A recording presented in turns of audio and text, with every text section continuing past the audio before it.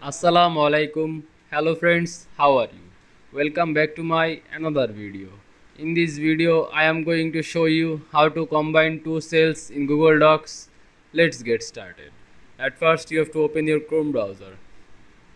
Then open your Google Docs apps. Then create your document or open your existing document. Now you can see here are my document. Now I combine two cells in this document. At first, you have to insert a table. Go to insert menu, then you can see here a table option. Now draw your table. Now I combine two cells in this table. At first you have to select this two cell to drag on your mouse, then right click on this selected cell, then click merge cells. Now you can see I combine two cells.